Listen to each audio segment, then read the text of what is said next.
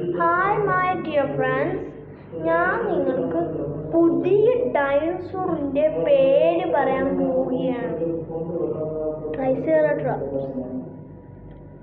ഈ ഭൂകമ്പം കൂടിയ ജീവികൾ ഭൂമിയിൽ ക്രിട്ടേഷ്യസ് പീരിയഡിലാണ് ജീവിച്ചിരുന്നത്.